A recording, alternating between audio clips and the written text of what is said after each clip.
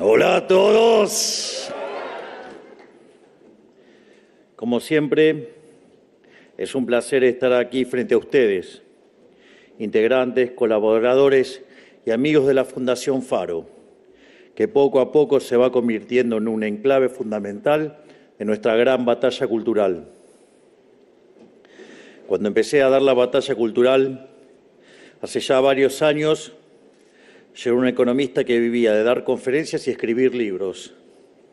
Y muchas veces estaba más solo que en el Día de la Madre,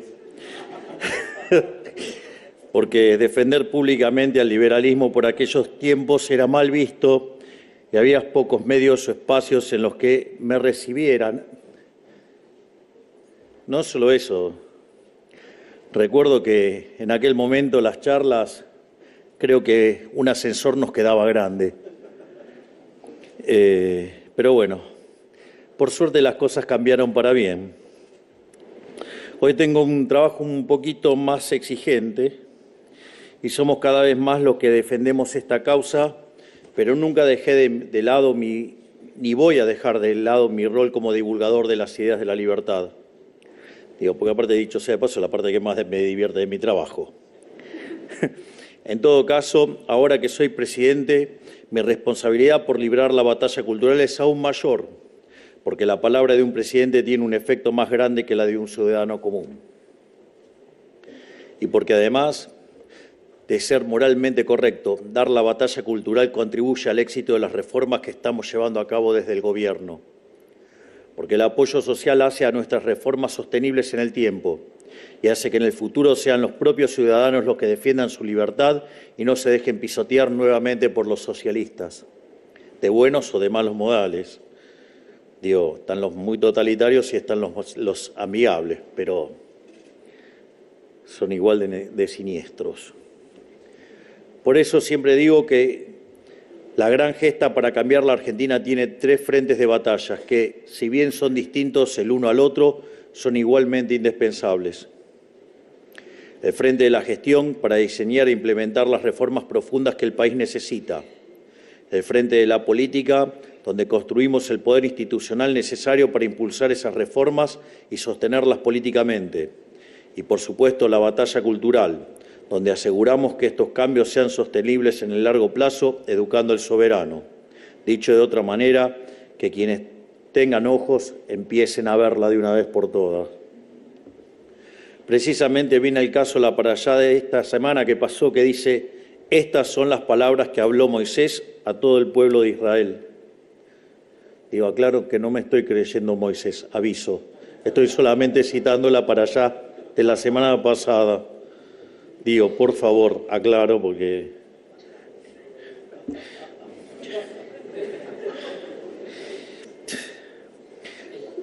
no, porque vieron que parece que en Argentina algunos van a morir de literalidad. Entonces, ya tengo que tener cuidado hasta cuando hago las citas. Pero los sabios nos explican que las verdades que habló Moisés deben estar vistas y estudiadas por nosotros en cada día como algo nuevo. Por eso el énfasis en la palabra estas. Para dar contexto, esta para allá da inicio al quinto y último libro del Pentateuco, o sea, la Torá, donde el pueblo hebreo, habiendo caminado el desierto por 40 años, ya estaba muy cerca de la tierra prometida. Y cuando estaban a punto de llegar, junto antes de ese momento tan importante, Moisés repite los eventos de todo el Éxodo, repasando con el pueblo todo lo que sucedió hasta que llegaron allí. Y les acentuó la importancia de vivir cada día de manera renovada las verdades que le permitieron llegar a su destino y que le permitieron alcanzar la libertad. Es decir, fíjense que al ingresar a la tierra prometida, el pueblo judío podría empezar a pensar que ya no sería tan necesario seguir estudiando la Torá, ya que habían logrado su objetivo. Sin embargo, Moisés les dejó en claro que cuando se obtienen las conquistas es precisamente cuando uno no se puede relajar. Ahí debemos levantar aún más la guardia y ser aún más aplicados. Esta reflexión es fundamental para entender la batalla cultural, porque nos enseña que una victoria política no es el fin de la lucha por las ideas, sino el comienzo de una nueva lucha para defenderlas, concretar un desafío significa la aparición de un nuevo desafío y así sucesivamente. Esto es muy interesante porque a veces, digamos, se nos acusan de estar repitiendo sistemáticamente los logros, pero a veces uno tiene la sensación o que se subestima la tarea o que se han olvidado de que estábamos frente al abismo. Es decir, nosotros asumimos con la peor herencia de la historia de la Argentina. Combinábamos la crisis, por ejemplo, el desequilibrio monetario en términos de Money Overhang, peor que el del 1975, es decir, la previa del Rodrigazo. Teníamos un balance del Banco Central que era peor que el que tenía Alfonsín en la previa de su hiperinflación. Y teníamos, además, indicadores sociales que eran peores que los del 2001. Es decir, que teníamos la combinación de todos los males. Y la realidad es que, frente a semejante titánica tarea, digamos, y quiero pedir un aplauso para nuestro ministro de Economía, el mejor ministro del mundo,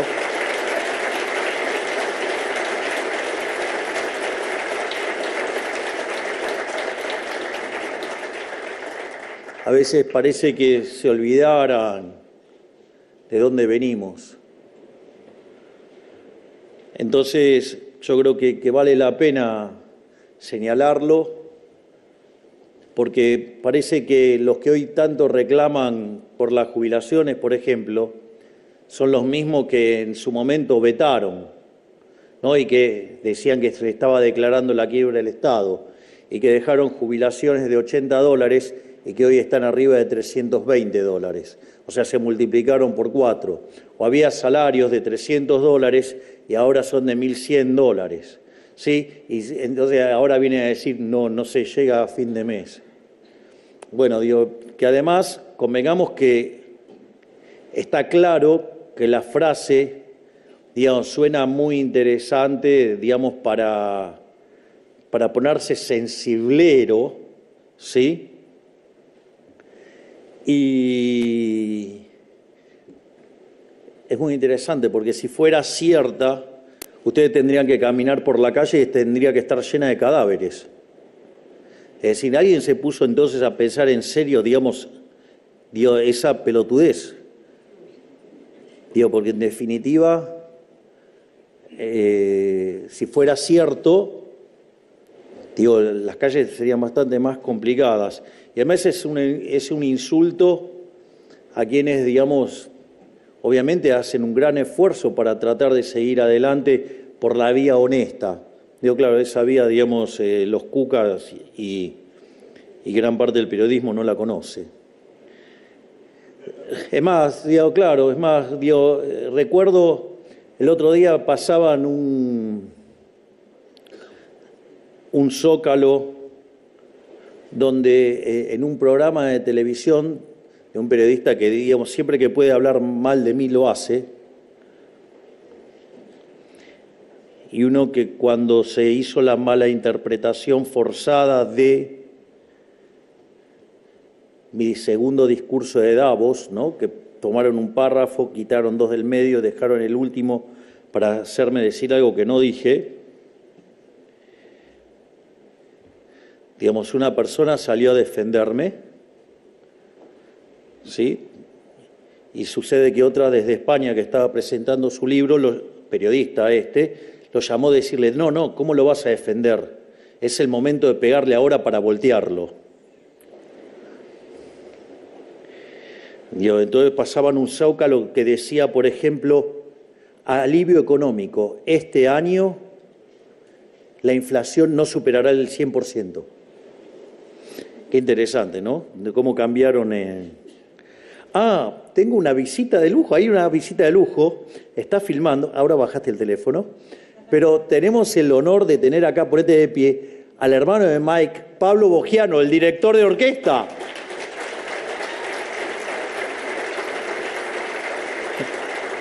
Estás cada día más parecido a Muti.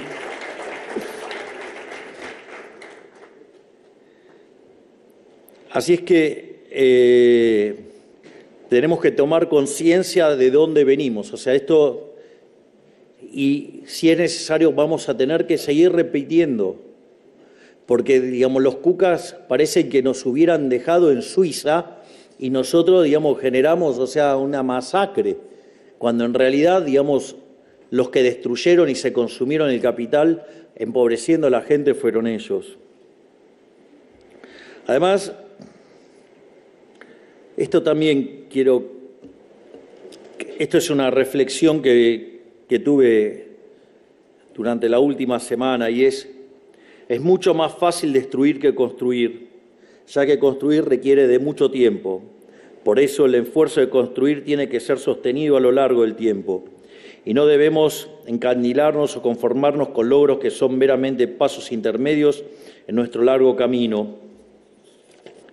Si lo pensamos en términos de la situación argentina, resulta imposible reconstruir en 1 año y medio lo que se lleva destruyendo hace casi un siglo, y por lo tanto también es demencial que otros nos exijan esa velocidad.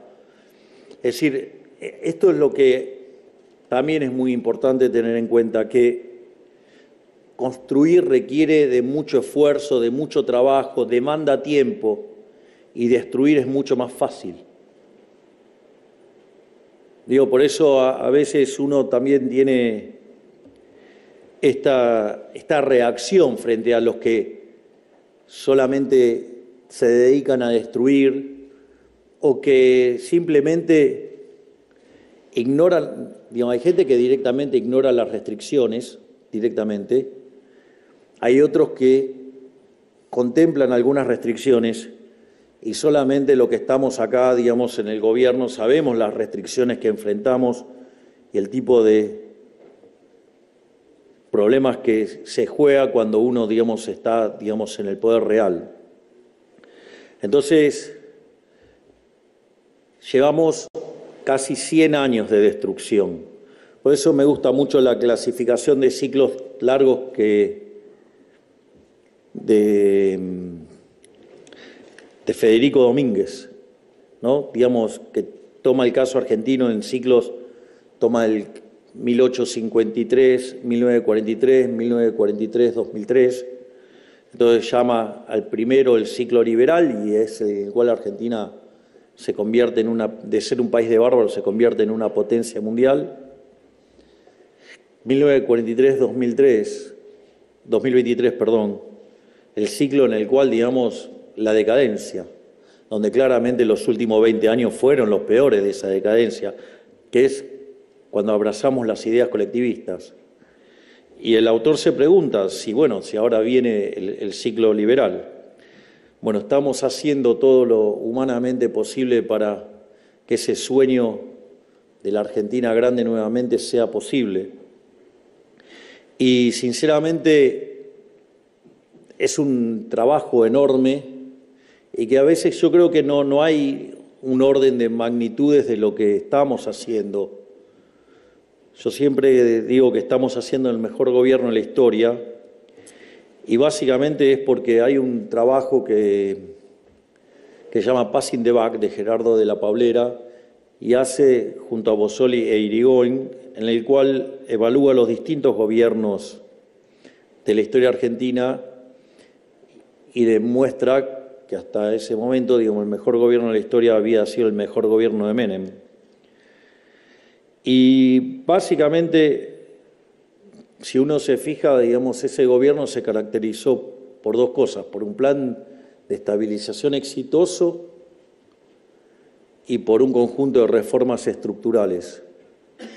Y la realidad es que nosotros hemos logrado bajar la inflación de una manera mucho más rápida. En primer lugar, digamos, para que, digamos, los que se ponen a hablar y criticar, digamos, tenemos una primer gran diferencia: lo hicimos sin expropiaciones. O sea, nosotros no hicimos plan Bonex. Por lo cual, digamos, algunas personas deberían ser más cuidadosos al hacer evaluaciones sobre el programa actual, en especial si fueron cómplices o se beneficiaron de ellas al momento de estabilizar.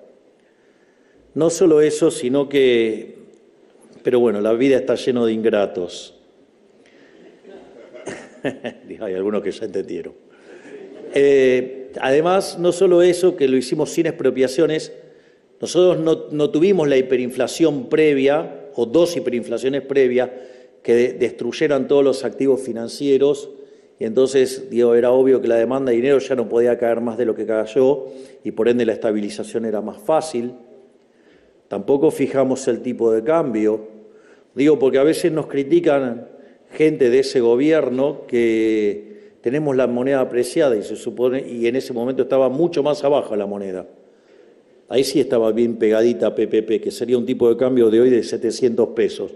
Es increíble porque gente de ese momento, ¿sí? Se queja del tipo de cambio. Pero bueno, ya sabemos cómo son los ingratos.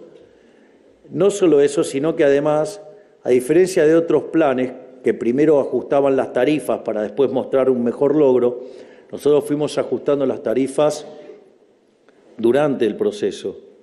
Y de una inflación que viajaba al casi 1,5% diario, que se manifestó en un índice de precios mayorista en diciembre del 54%, que anualizado eso daba 17.000 y que había condiciones monetarias para que justamente se validara una inflación de ese calibre.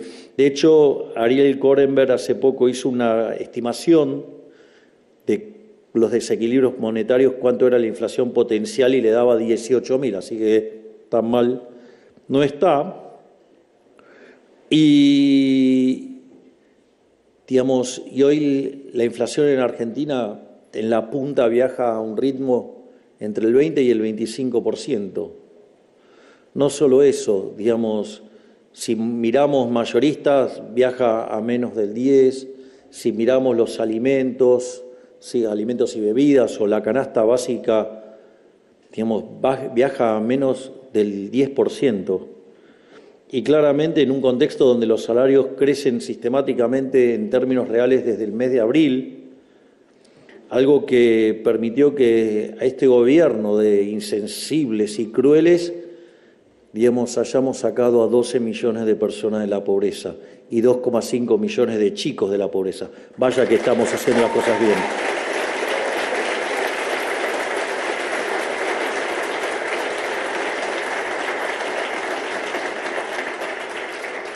Pero no solo eso.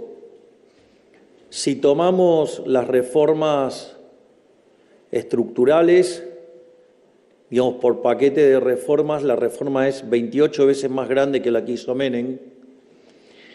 Y si la tomamos por articulado, que es por donde claramente cuenta, es una reforma 80 veces más grande que la que hizo Menem.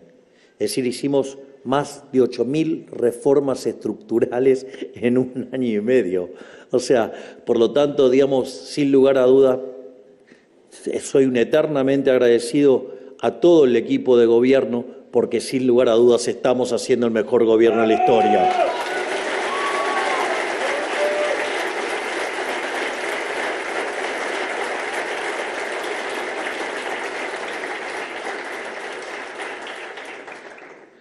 Pero, en definitiva, lo que tenemos que dar claro que a pesar de todos estos logros mayúsculos, sacar al país adelante va a llevar tiempo. Es decir, no nos vamos a convertir en un país desarrollado de un día para el otro. Los procesos de convergencia pueden durar 30, 35, 40 años. Entonces, no es solamente una cuestión de trabajar duro, sino que además hay que tener paciencia, hay que tener perseverancia. Y por eso es tan importante la batalla cultural. Es decir, la gestión es importante, la batalla política es fundamental. Gracias, jefe, por todo lo que estás logrando.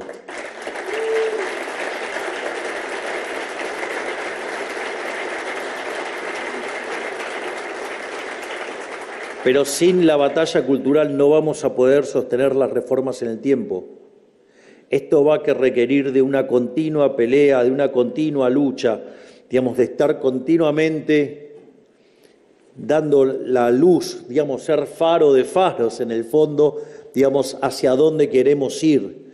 Y eso es lo que tenemos que comentar. Es decir, de modo que además de tener el norte claro, es fundamental contar con la fuerza de voluntad y la paciencia necesaria para llegar a destino. Por eso debemos ser conscientes que la lucha es constante, siempre habrá nuevos objetivos que alcanzar y siempre surgirán nuevos desafíos que debemos superar. Y por eso es tan importante la enorme tarea de la Fundación Faro en la defensa activa de las ideas de la libertad, ideas sin las cuales cualquier gobierno pierde rápidamente su rumbo y encalla en el acantilado del socialismo. Veo a mi alrededor a muchos de los presentes y también a quienes me precedieron en la palabra y encuentro un denominador común. Nosotros no surgimos ni de la política ni del Estado, sino que somos, antes que nada, ciudadanos argentinos. Somos patriotas preocupados por el destino de nuestro país. Haber llegado a donde llegamos es la viva muestra que la sociedad civil puede y debe tomar la plaza pública. Demostramos que para hacer una diferencia hay que meterse en el barro del debate y, por qué no, también de la política. Tenemos en claro que no podemos seguir siendo meros espectadores, porque si nosotros no nos defendemos activamente, la casta nos va a pasar por encima. Siempre lo digo, los goles no los hace la tribuna, sino los jugadores en la cancha. Y aunque creamos que podamos hacer poco, la diferencia entre hacer poco y no hacer nada ya es de por sí infinita. Por eso, Diego Recalde, Mike Biogiano y Ramiro Castiñeira son un gran ejemplo a seguir, porque ellos no solo se ocupan de sus actividades particulares, sino que hacen cada día el esfuerzo de exponer sus ideas en público y atacar a los infinitos voceros pagos del Partido del Estado. Y desde ya que todo esto lo hacen con un gran costo personal y a menudo profesional. Por eso les digo, bienvenidos a los voceros de la libertad.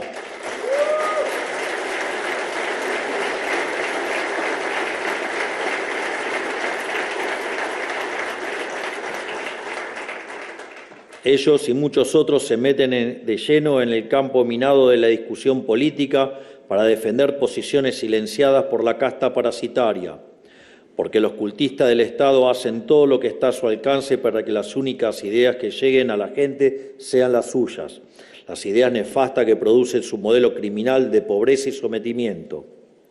Haciendo un paralelismo histórico, en la Grecia antigua los hombres libres eran aquellos que podían participar del debate público, y para ello se necesitaba tiempo libre, cosa que los esclavos no tenían por estar trabajando de sol a sol. En la Argentina en las últimas décadas sucedió algo parecido. Los ciudadanos honestos fuimos obligados a trabajar más y más para sostener con impuestos las vidas extravagantes de los políticos. Y claro, estos aprovechaban el excedente de tiempo libre para pasarse alegremente por los canales de televisión, promoviendo sus propias ideas confiscatorias.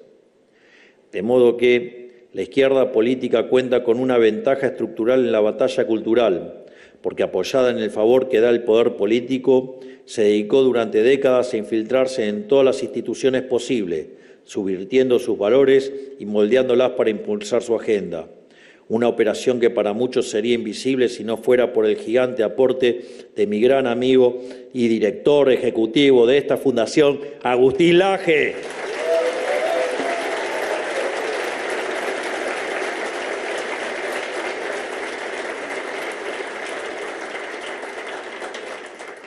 Así, los políticos, los empresarios, los sindigarcas, los perisobres y toda la casta ampliada terminó repitiendo el mismo conjunto de ideas casi como si se tratara de un chip en el cerebro, que son ideas contrarias a las nociones más básicas de libertad.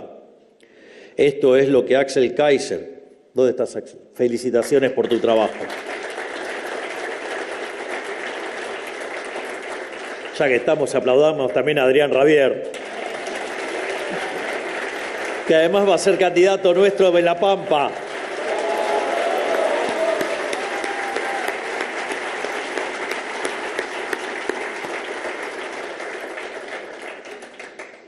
Y que Axel desarrolló ampliamente en su libro Parásitos Mentales, el cual sugiero enfáticamente que lo lean. O sea, vamos, rompan el chanchito. Esas ideas que a simple vista parecen inocentes y que se alimentan de nuestras buenas intenciones, pero que a la larga conducen a la miseria. Ideas que son promovidas activamente por la casta política mediante la propaganda estatal y paraestatal, y que tienen como propósito legitimar la expansión ilimitada del sector público. Aclaro que cuando hablo de parásitos mentales no me refiero a personas.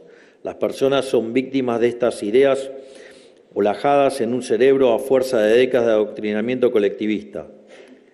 El punto es que una vez que las ideas, digamos, estos parásitos mentales le toman la cabeza, cuanto más le toman esa cabeza, el problema es que los convierten en zombies. Es decir, lo convierten en una secta, que es básicamente lo que son la secta cuca. Es decir, no importa el dato que presenten, o sea, digo, por ejemplo, ustedes le presentan el dato de inflación, dicen, no, la inflación la están mintiendo. O sea, le ponen el dato de pobreza, no, la pobreza está mintiendo. Claro, si ellos habían directamente eliminado el indicador, porque era estigmatizante.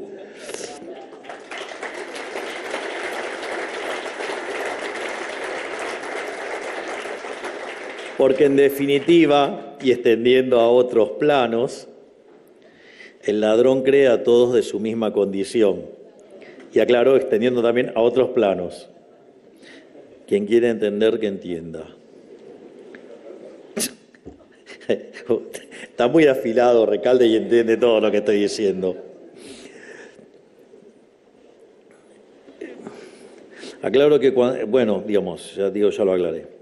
Un primer ejemplo de parásito mental es la noción de justicia social, que de justicia social no tiene nada, dado que de parte de la injusticia de arrebatarle a uno por fuerza para darle a otro, es decir, le roba el trabajo a una persona para repartirlo arbitrariamente. Digo, lo cual, digamos, o sea, tiene dos problemas, ¿no? Digo, porque tiene el robo que la precede y tiene el trato desigual frente a la ley, y que en el fondo es ni más ni menos que hacer caridad con dinero ajeno. Y esto naturalmente nos lleva a otro parásito mental, que es la noción de derechos sociales. Dicho esto, son los dos primeros capítulos del libro de Axel. Según este parásito, a partir de cada diferencia, sea cual sea, nace un supuesto derecho que solo puede ser resuelto por vías de la intervención estatal, o sea, gasto público pagado con impuestos presentes o futuros. El asunto es que, como gracias a Dios las diferencias son infinitas entre cada uno de nosotros, y digo gracias a Dios porque si no lo fueran no habría división del trabajo y en consecuencia no habría cooperación social y económica eficiente ni prosperidad, el punto de llegada de esta perspectiva es la intervención estatal total y en la apropiación total del producto privado para su futura distribución.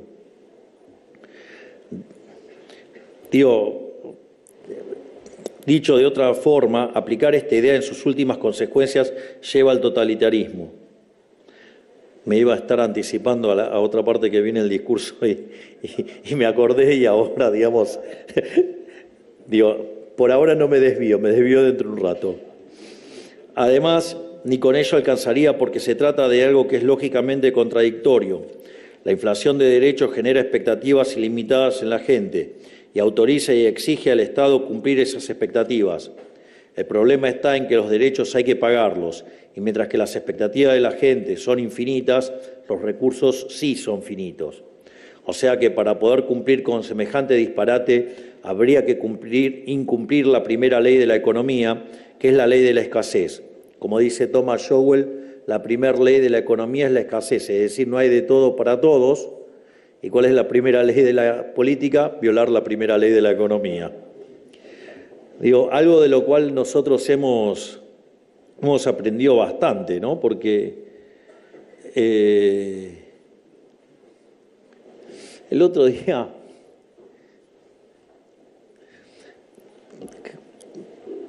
estoy tratando de moderar mis palabras.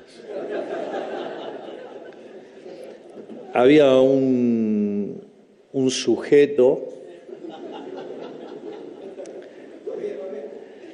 digamos, con una pluma envenenada, que básicamente decía, no, un plan no es solamente el equilibrio fiscal, ¿no? O sea, digamos, con lo cual habilitando a los degenerados fiscales, porque en el fondo, digamos, el déficit cero sí es una política y se llama respetar la restricción de presupuesto. Y no respetar la restricción de presupuesto a los argentinos nos salió muy caro.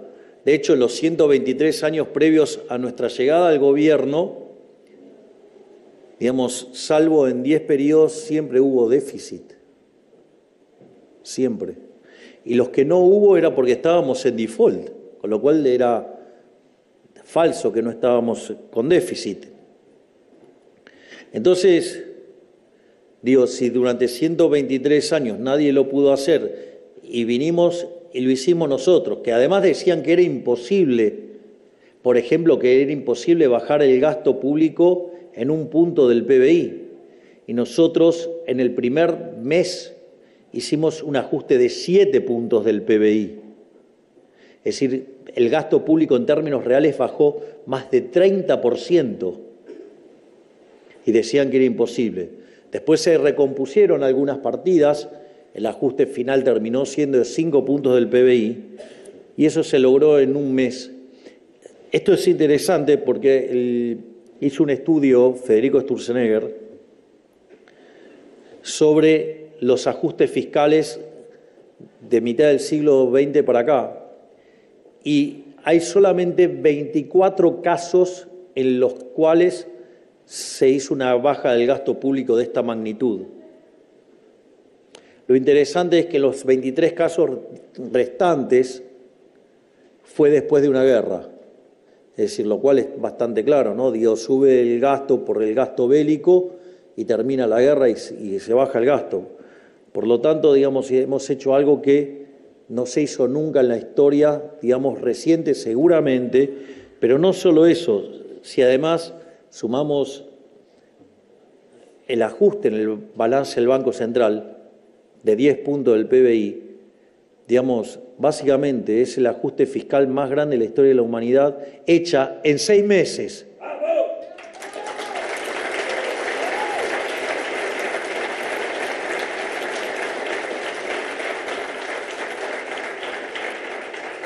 Y acá también quiero hacer una nota de color, porque en una de las entrevistas que dio Toto, que es, digamos, son todas muy buenas, pero hay algunas que tienen algunas cosas que ya superan a lo extraordinario y que también muestra la enorme tarea de este otro coloso que está acá, que es Santiago Bosil, el presidente del Banco Central.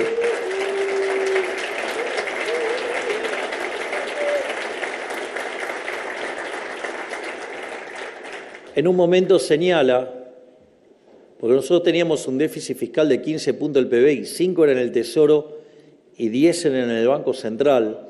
Y esto es muy interesante porque lo que muestra Toto es que aun cuando hubiéramos hecho el ajuste en el fisco, si no arreglábamos el desastre del Banco Central, la hiperinflación hubiera ocurrido igual, con el agravante que además nos hubieran dicho que tuvimos una hiperinflación aún haciéndole el ajuste fiscal. Imagínense lo que sería, digo, en términos de batalla cultural. Lo más interesante igual de todo esto es que cuando nosotros, primero decían que era imposible, después cuando lo empezaron a ver dijeron que no era sostenible, después empezaba a decir que nos íbamos a hundir en una tremenda recesión. Y eso, digamos, eso también, digamos, podría ser entendible a la luz de la bibliografía que hay en la materia. Lo más interesante es que nosotros hicimos tremendo ajuste y lo más increíble, y es el motivo por el cual en el mundo se habla del milagro argentino, es que en el primer año, si ustedes comparan diciembre del 24 con diciembre del 23, el Producto Bruto subió 6%.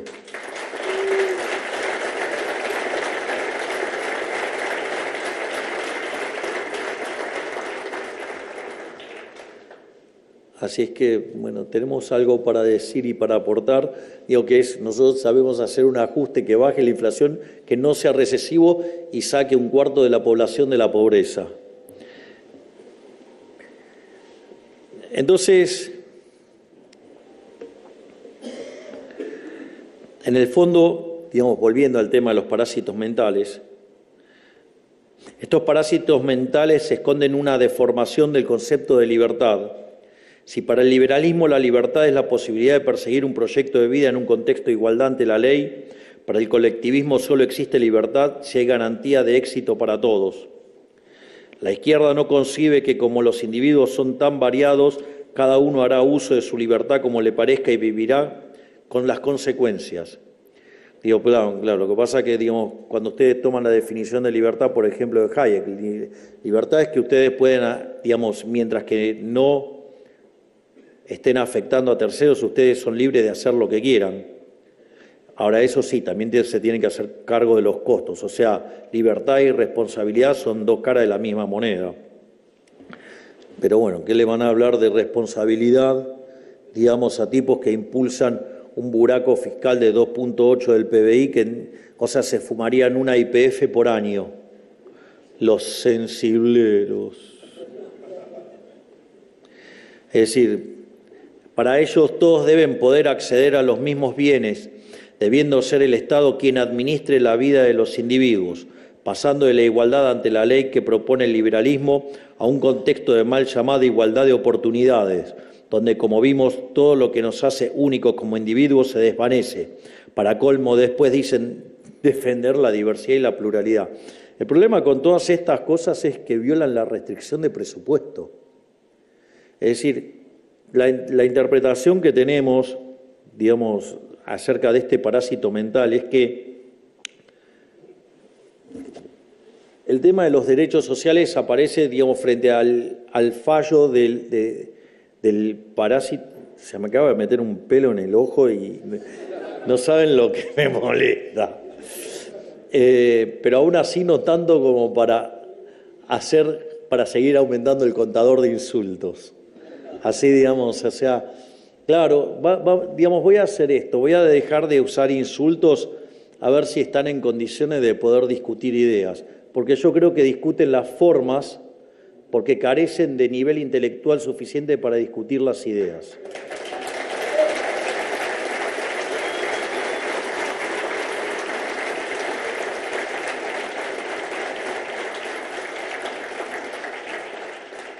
Igual quiero hacer una nota de color. Había un señor que fue presidente que, digamos, era un insultador serial. Le decían el loco y fue el que transformó, digamos, la educación argentina. El señor se llamaba Domingo Faustino Sarmiento. Según este conjunto de abanderados y exquisitos de la forma, Dios lo hubieran directamente condenado a la hoguera, pero bueno. Es así, digamos, la dictadura de las formas, vamos a enfrentarlos respetándoles sus formas, así de una vez por todas, a ver si muestran tener nivel intelectual para poder darnos la batalla en las ideas. Porque, digamos, o sea, lo único que hacen es, como no pueden responder en las ideas, se apalancan sobre la forma. Así que digamos, ahora le estamos lanzando un desafío a abanderados de la forma. Ahora vamos a usar las formas que a ustedes les gusta. ¿Sabe para qué? Para que queden en evidencia que son una cáscara vacía.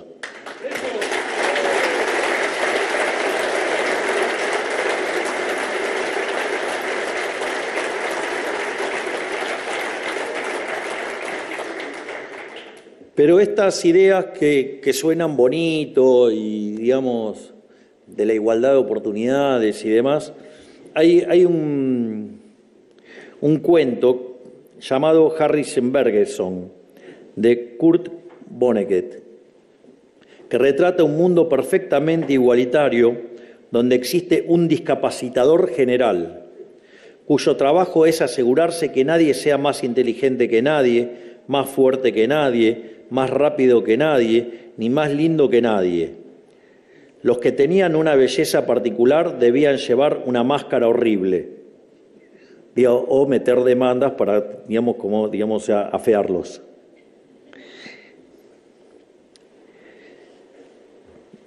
y a los más inteligentes debían llevar un auricular que emitía chillidos que le impedían pensar.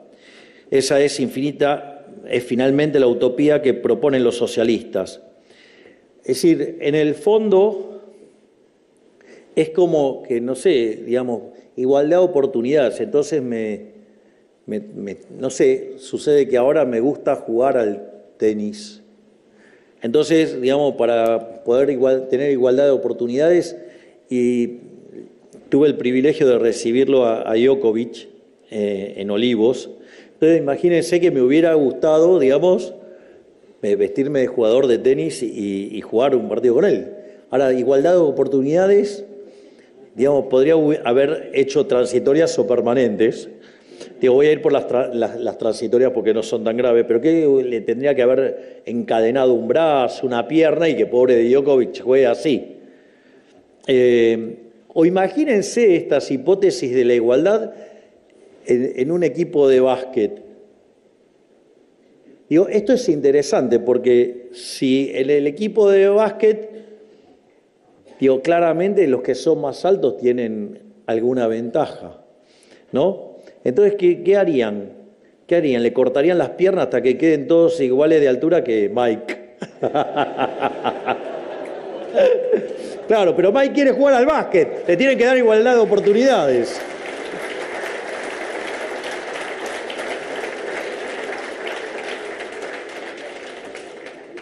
Y esto, digamos, más allá, digamos, de que le puedo hacer a Mike estos chistes porque soy amigo, no te has sentido ofendido, ¿no? A ver si todavía me demandás porque te sentís ofendido. A ver si crees que te quiero hacer un ataque institucional a tu nuevo rol en Fundación Faro. Pero más allá de eso, hay algo que es muy interesante, porque cuando ustedes le hacen estos planteos a los socialistas, jamás van a aceptar, digamos, que ellos se igualan para abajo. Ellos jamás van a aceptar eso. Ellos dicen que no, que la igualdad es para arriba. El problema es que eso es falso, porque viola la restricción de presupuesto. Supongamos que yo tengo una economía que produce 100 y hay un grupo que se lleva 20 y otro se lleva 80. Bueno, ¿qué es lo que pasa si yo quiero que los dos tengan lo mismo?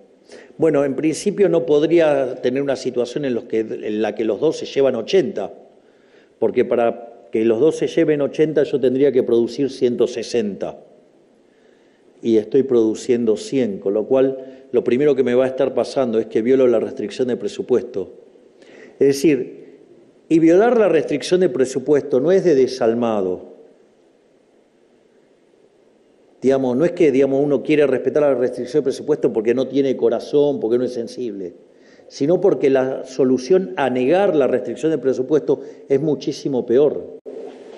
Porque el intento de que todos ganen 50, el problema es que el que genera por 80 no va a estar dispuesto a que le paguen 50. Entonces, ¿qué va a hacer? Va a ajustar su producción a que sea 50. Digamos, si el otro no producía por 50, por lo tanto, lo que va a pasar es que se van a ir a 70. Entonces, y si ustedes con esta dinámica insisten, lo que van a hacer es expulsar a los talentosos, algo que hacen los socialistas siempre, ¿no? Terminan expulsando a la gente talentosa, sino que además la violación de la restricción de presupuesto o la financian con deuda, es decir, con impuestos futuros, es decir, condenando a la miseria a generaciones futuras, como lo que hicieron los demagogos populistas del Congreso, o lo financian con emisión monetaria y terminan quitándole 13 ceros a la moneda y le podríamos sacar 3 más, y no solo eso, sino que además condenan a la miseria a los más vulnerables. Grupo que está dentro de los más vulnerables, los adultos mayores. O, sin otro reparo, subir los impuestos explícitos, con lo cual, digamos, terminan atentando contra el crecimiento económico. En definitiva, el remedio termina siendo peor que la enfermedad. Y además, Hay una frase de Hayek que es maravillosa que dice, si los socialistas supieran de economía, no serían socialistas. Es decir, el conocimiento económico conduce a, digamos, al liberalismo, pero, bueno, esta gente no digamos, son zombies. Y por eso nuestra tarea ahora que tomamos el Leviatán por las astas no es menos titánica que estando afuera, porque el partido del Estado corre con décadas de ventaja. Llevan décadas de inocular en nuestra población estos parásitos mentales que se volvieron sentido común. Y se volvieron sentido común hasta el punto de que los dan por cierto mucha gente que no votó ninguna versión del colectivismo en su vida, sea peronismo, kirchnerismo, socialismo, digamos, socialdemócrata o incluso comunistas como el enano soviético Kichilov.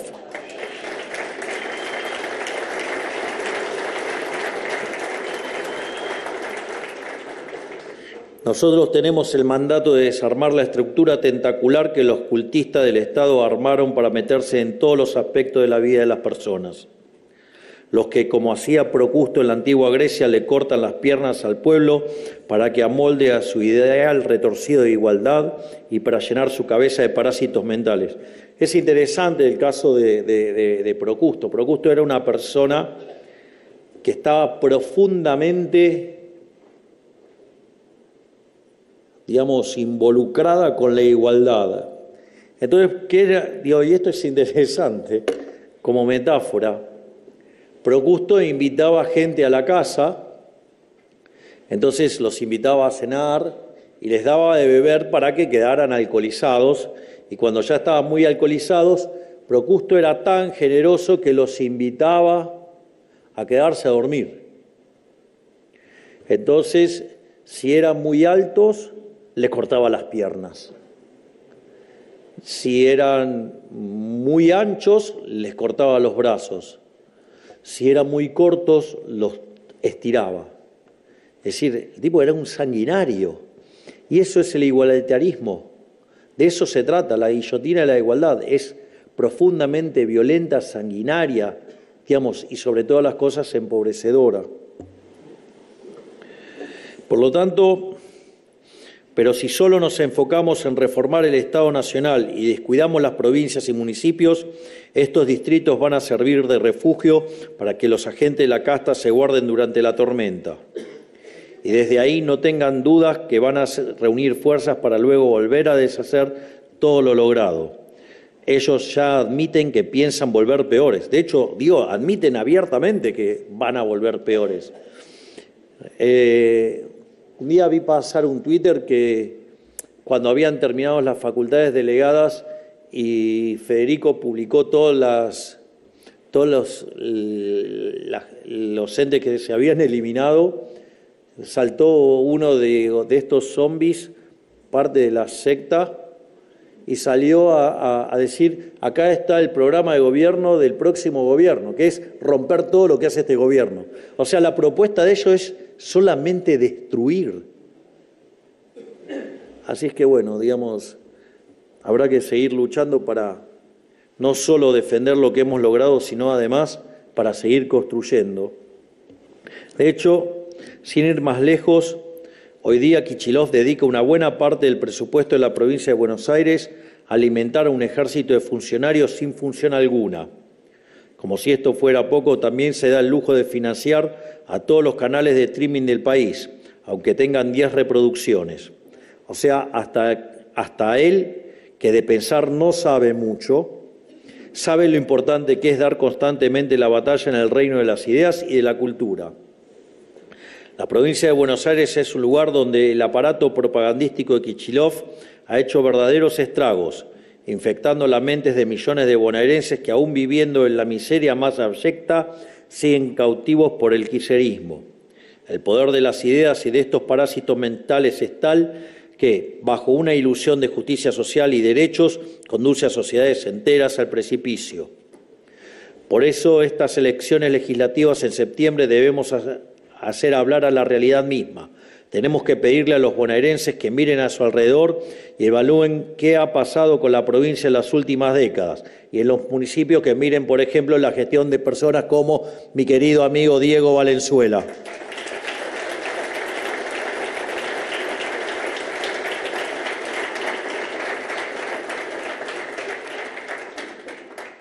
Las elecciones tienen que ser un espacio para que la gente pueda expresar si a lo largo de todo este tiempo las provincias han mejorado o no, si la seguridad ha mejorado o no, si caminan cada día con más tranquilidad por la calle o no, si ha invertido en mejorar la calidad de los servicios esenciales que tiene que asegurar un Estado, o si se despilfarró el dinero de la gente en asuntos inconducentes, dejando desatendidas las necesidades más básicas.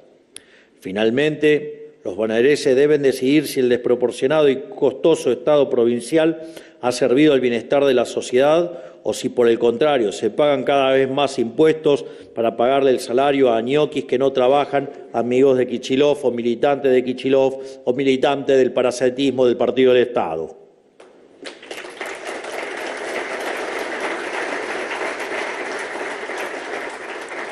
Por lo tanto, repito, de esto se trata precisamente la elección que los bonaerenses van a tener el 7 de septiembre. Decirle que no a décadas tras décadas de miseria sostenida en la provincia de Buenos Aires, que hoy encarga el inútil esférico de Kicillof. Inútil esférico que es porque es inútil, lo miren por donde lo miren.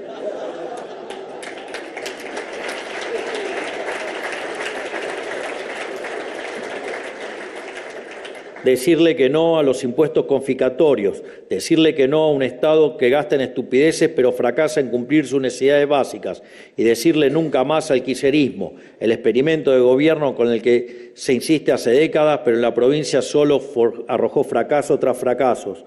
Acá también quiero hacer una nota de color y de optimismo respecto a lo que viene electoralmente.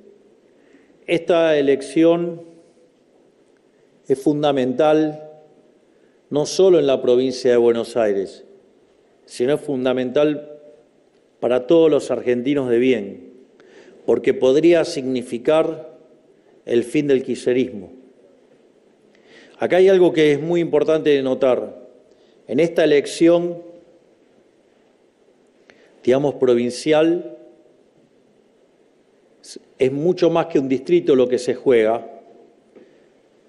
pero hay que tener en cuenta que están, digamos, llevando a cabo, digamos, la farsa y el fraude moral que es las candidaturas testimoniales.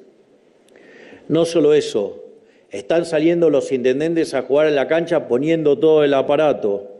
Y además están dispuestos a hacer fraude.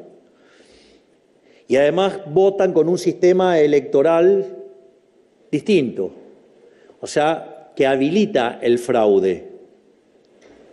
Por lo tanto, ¿por qué es importante esta elección? Porque va a significar el techo del kirchnerismo. Y para nosotros va a significar el piso, porque la elección nacional no habrá testimoniales, o si las habrá, no son nuestras, y se va a votar con otro sistema, se va a votar con boleta única papel, digamos, un sistema que supuestamente perjudica a los oficialismos y los únicos que tuvimos el coraje para impulsar la boleta única papel fuimos nosotros los liberales.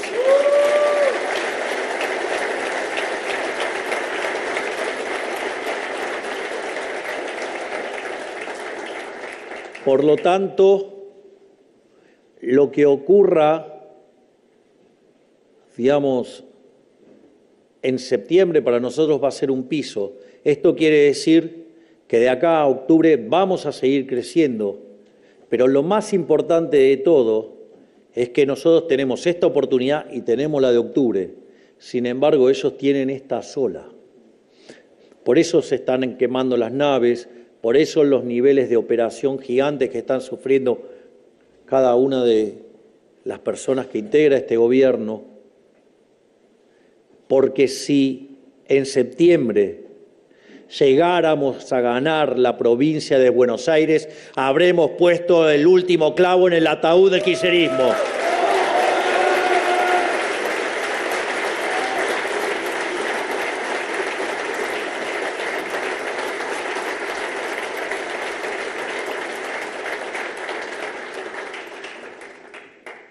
Y volviendo a las cuestiones pertinentes también de la provincia de Buenos Aires, ligado con las Sagradas Escrituras, el profeta Isaías cuenta de una época en la que el reino de Judea estaba sumergido en una profunda corrupción social y religiosa. Cuenta que Dios reprendió al pueblo judío y les dijo: cuando extiendan sus manos en oración, apartaré mis ojos de ustedes, y aun cuando me ofrezcan múltiples oraciones, no los escucharé, porque sus manos están llenas de sangre. Y eso es lo que es la provincia de Buenos Aires, una provincia donde el gobierno tiene las manos llenas de sangre, porque la provincia de Buenos Aires es un verdadero baño de sangre. En el fondo, lo que está planteando este fragmento es que la calidad del hombre la definen sus acciones. Podemos tener buenas ideas o podemos tener buenas intenciones, pero lo que importa en última instancia es realizar buenas acciones. De ahí hay una frase muy interesante de Milton Friedman que dice que a las políticas económicas no se las juzga por sus intenciones, sino que se las juzga por sus resultados.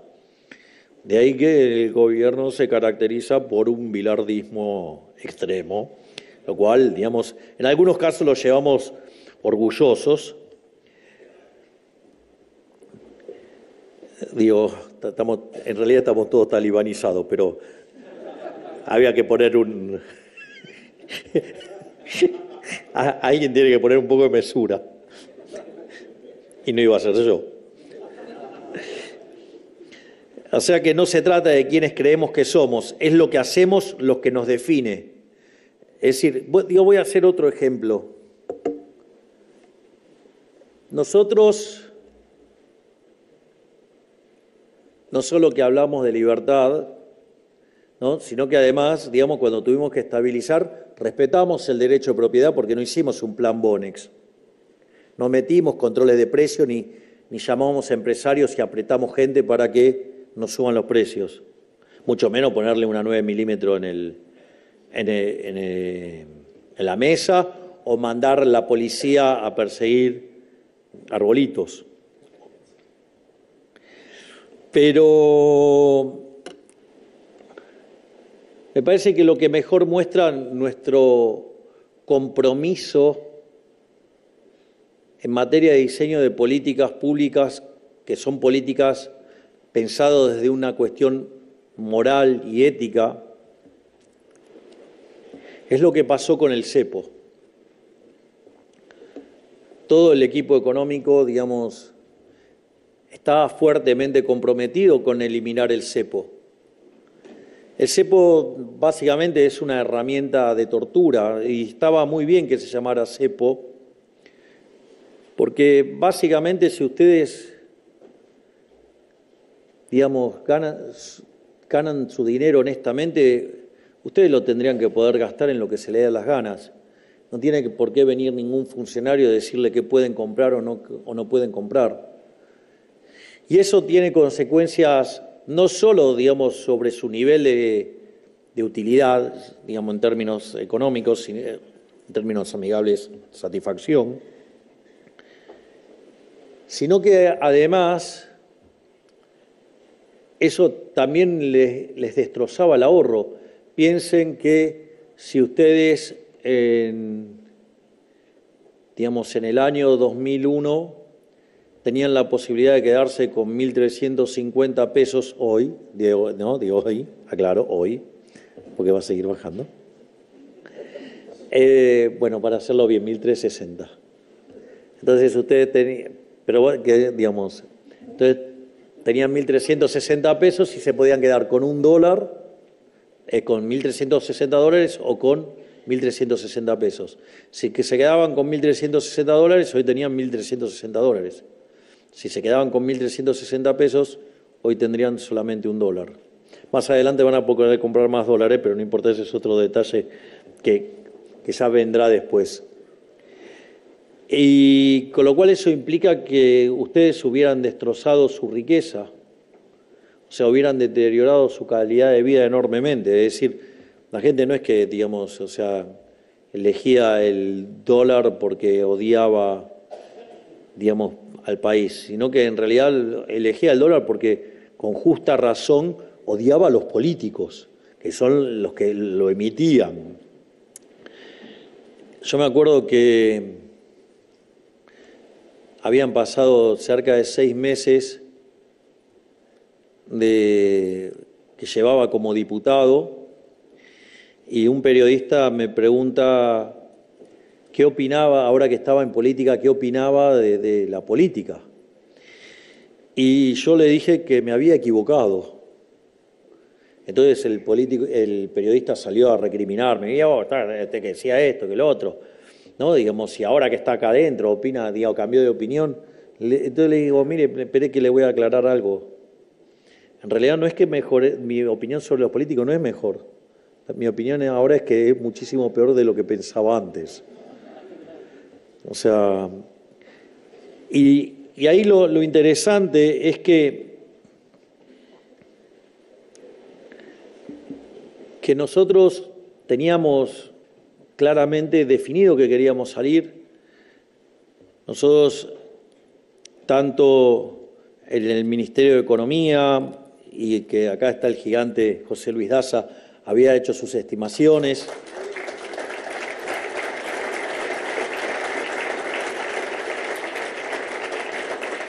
Creo que también está el resto, está Furiás, está Gutiérrez, el Mudo, está el Halcón, ¿sí? Está acá Vladi. Digamos, estaba la estimación de cuántos dólares necesitaba salir del central y estaba lo que yo creía que necesitábamos.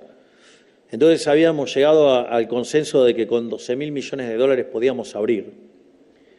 Pero como Toto y yo en esto somos hiperbilardistas, entonces dijimos, no, bueno, si conseguimos 15.000 millones salimos. Bueno, el programa terminó siendo más grande, pero ¿qué era lo que decía? No van a salir de ninguna manera, no se van a animar a ir a flotación, digamos, o liberar el cepo en un año electoral. Es decir, creían que había una visión utilitarista de la vida. Creían que para nosotros abrazar la libertad era solamente una cuestión de tener un PBI más grande. Y lo que no entendieron que nosotros diseñamos las políticas con una perspectiva moral, con una perspectiva ética, y por lo tanto, si aparecieron los dólares, ¿qué año electoral ni 8/4? ¿Qué especulación?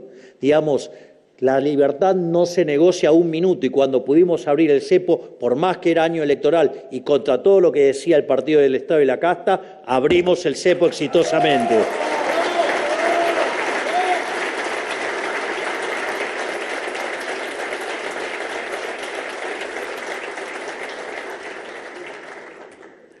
Pero, digamos, dado que estamos hablando de que hay que meterle el último clavo al cajón del kirchnerismo, tenemos que volver, digamos, a lo que ha hecho el kirchnerismo, ¿no?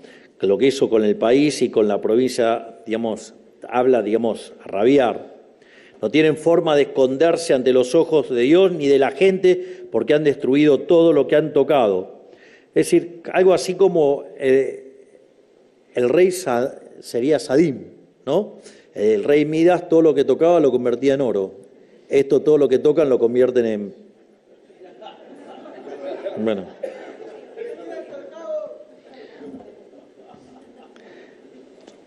¿En excremento está bien? O sea, cualquier bonaerense, no importa dónde viva, mira a su alrededor y sabe que la provincia está igual o peor que en el siglo pasado. No importa que se llenen la boca hablando de solidaridad con discursos grandilocuentes, si a la hora de la verdad, en los hechos, están dispuestos a quebrar el Estado y arruinar el futuro de todos. Sepan que no solo Dios, sino también la gente los va a evaluar por lo que hacen, no por lo que dicen, porque en definitiva, como dice aquel viejo refrán, el camino al infierno está pavimentado de buenas intenciones.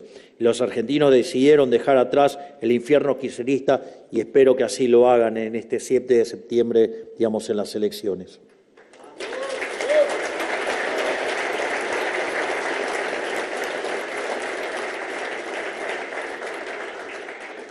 En definitiva, este es el adversario con el que nos enfrentamos y por eso es tan importante la labor de fundaciones como Faro. Quiero reparar un momento en el nombre de la fundación. Está concebida en honor a Benjamín Solari Parravicini. Él hablaba de que la Argentina sería faro de faros, el primer faro de una nueva era. ¿Y qué hace un faro? Ilumina el camino, marca un norte, un punto de llegada, para que el bote extraviado pueda acercarse al puerto. Y eso es precisamente lo que la Fundación Faro está haciendo mediante sus distintas iniciativas. Hoy hacen honra a su nombre y su propósito y además de presentar a sus nuevos voceros en la batalla cultural, anuncian también un proyecto tan ambicioso como necesario, el Consejo de la Libertad. Será una verdadera orden de caballeros dedicados a pensar las reformas liberales que las provincias necesitan para acompañar a la nación en el camino de la libertad que hemos emprendido y que, por tanto, tienen la enorme tarea de atacar esos productos del estatismo que operan como un yunque, frenando una economía que tiene todos los ingredientes para despegar.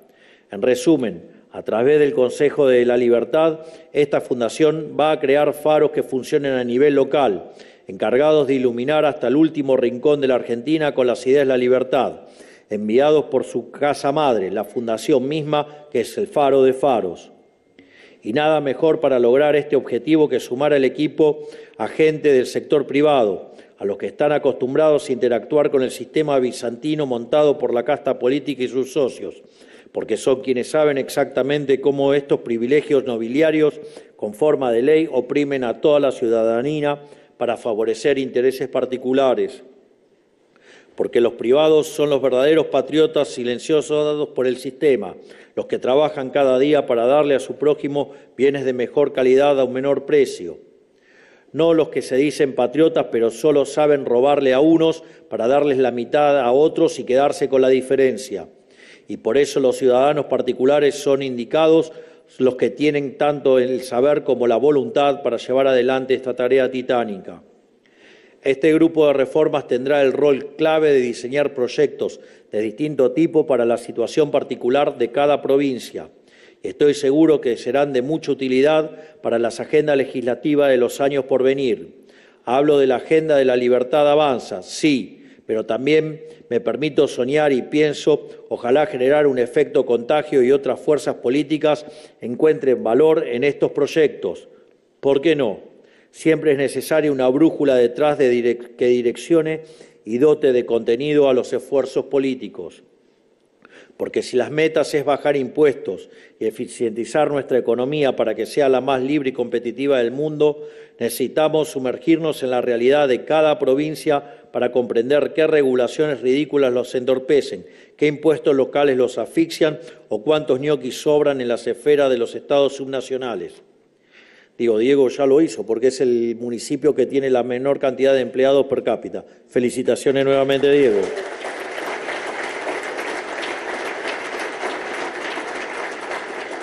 Y espero que los arrases en la primera.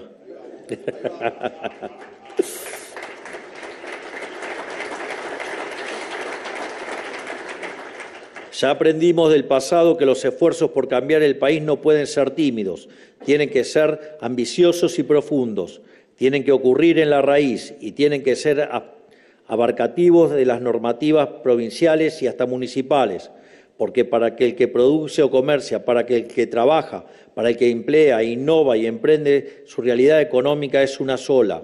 No puede ni tiene por qué separar lo nacional de lo local y requiere que en todos los niveles se camine el sendero hacia una mayor libertad.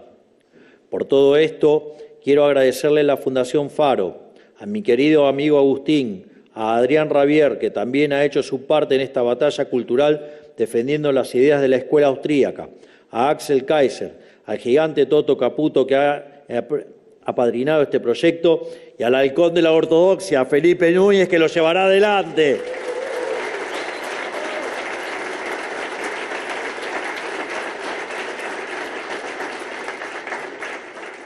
quiero decirles que tienen mi más sincero agradecimiento y mi respaldo total, porque nada más propio de un patriota que luchar por llevarle adelante la libertad a sus conciudadanos. En definitiva, que Dios los bendiga a todos, que la fuerza del cielo nos acompañen y ¡viva la libertad, carajo! Muchas gracias a todos.